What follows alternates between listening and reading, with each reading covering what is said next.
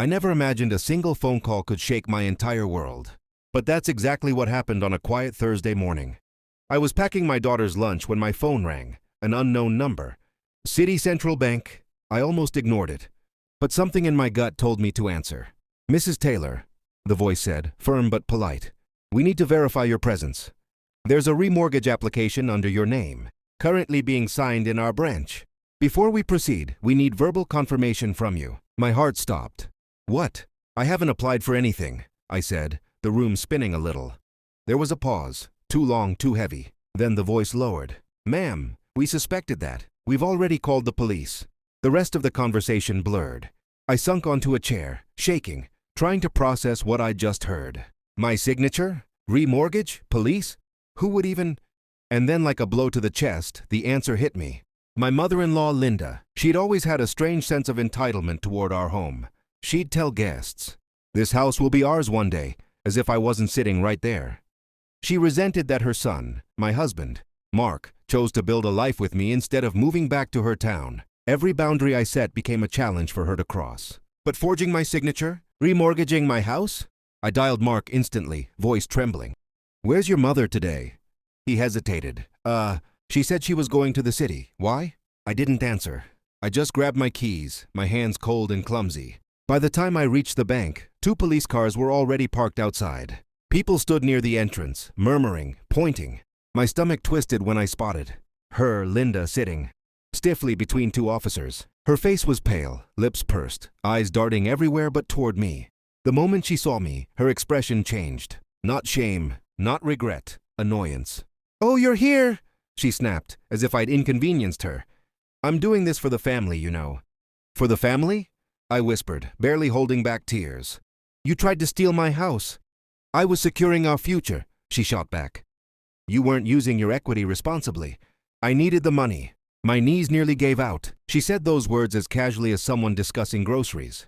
But the worst part? Mark arrived seconds later, and the look in his eyes told me everything. He already knew. Mark didn't run to his mother when he reached the bank. He didn't look shocked. He didn't ask what happened. He just sighed, deeply, tiredly, as if he had been expecting this. And in that moment, I understood. He knew she planned something. Maybe not the exact details, but enough. "Mark," I whispered, fighting the tightness in my throat. "Did you know she was going to the bank?" He rubbed his forehead, avoiding my eyes. "She said she had a solution for our financial stress. I didn't think she'd forge anything." "You didn't stop her," I said softly. "You didn't even warn me." The officer approached us. "Ma'am, thank you for coming. We need a statement. The suspect attempted to sign your name while filling a remortgage packet." We halted the process immediately. "Suspect." They were talking about his mother. Linda crossed her arms. "I'm not a suspect. I'm family. This is all a misunderstanding. She's the one making this dramatic."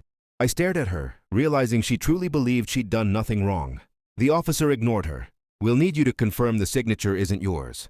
I glanced at the papers, my name written in a shaky, uneven scrawl. Something inside me broke. "Yes," I said quietly. "It's forged." Linda stood up, angry. "You ungrateful girl. I was trying to help you. Help my son. The money could have fixed everything." I swallowed back tears. "It would have put us into debt for the rest of our lives." Her face twisted. "Better debt than your stubborn pride." The officers escorted her outside to finish the questioning. The crowd followed, murmuring, judging. Mark and I were left alone at the center of the bank lobby. He finally spoke. "I'm sorry. I should have stopped her."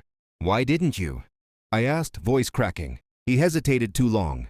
"Because she said if I didn't let her handle it, she'd cut me out. She'd stop talking to me." I stared at him, stunned. "So you risked our home so she wouldn't give you the silent treatment?"